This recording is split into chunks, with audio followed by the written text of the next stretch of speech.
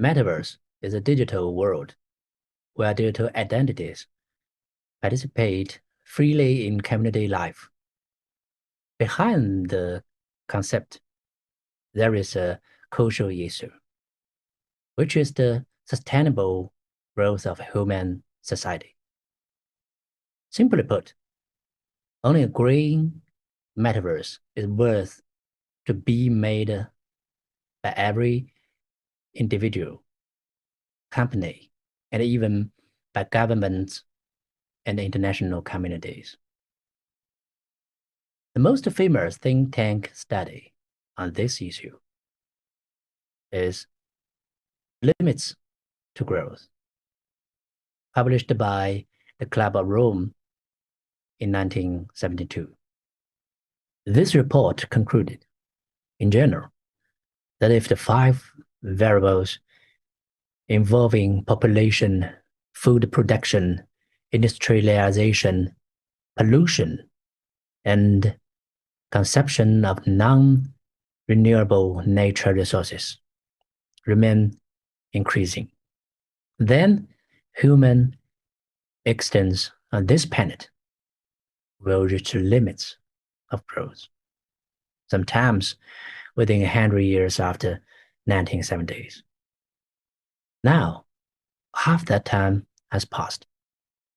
The economic growth and the civilizational progress have been accompanied by human activities, expansion and large-scale consumption, or reconstruction of nature resources, no matter in the past or at present.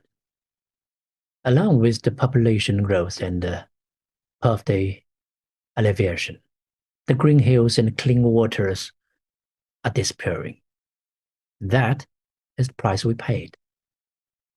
When the COVID-19 pandemic just broke out and the various countries locked down of cities, I noticed such news. Wild animals like bears, deer, monkeys came down from the mountains, ran out of the forests, entered towns, and wandered in the time and the space that were ordinarily fully occupied with human activities. This leads to my reflection. Is it necessary to expand endlessly in order to achieve growth? Is this an opportunity to let the planet rehabilitate? Will the economy stop growing if we humans stop taking from nature? Or is it possible that we use AI, blockchain, VR, and AR technologies in a digital world where reality and the fiction coexist to boost economic growth?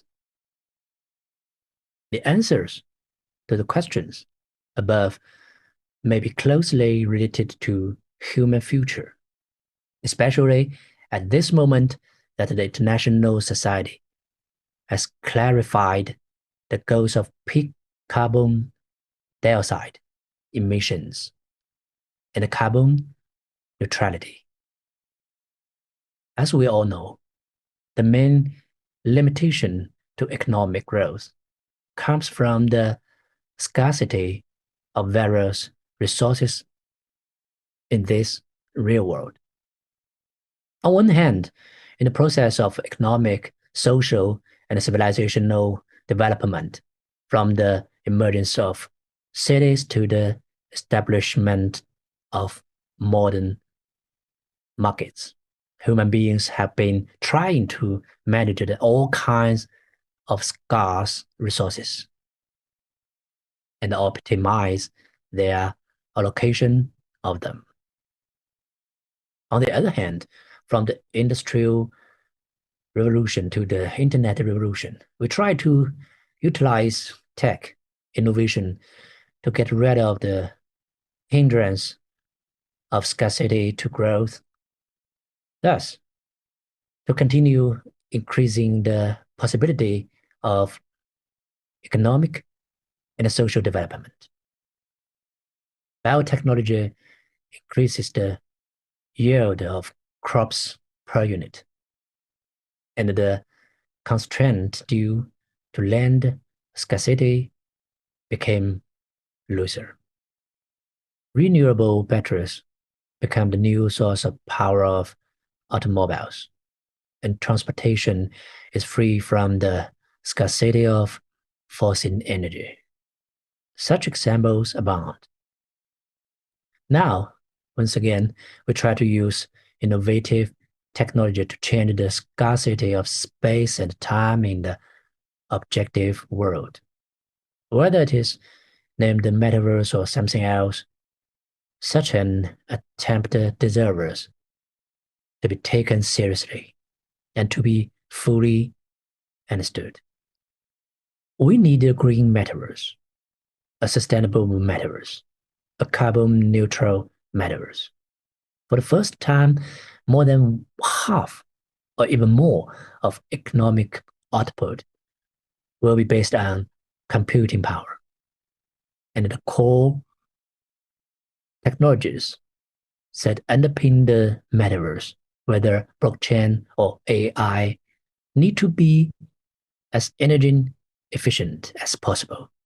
And the energy structure needs to be as green as possible. MetaZ, the zero carbon metaverse think tank I founded, also aims to achieve this goal. For instance, to offset the carbon emissions by cooperating with a super carbon market, to make the production and distribution in metaverse turn green from the source by encouraging zero carbon NFTs. All at all, a green metaverse is not something to be considered afterward, but something that must be built into the core of technology and governance in advance. Thank you.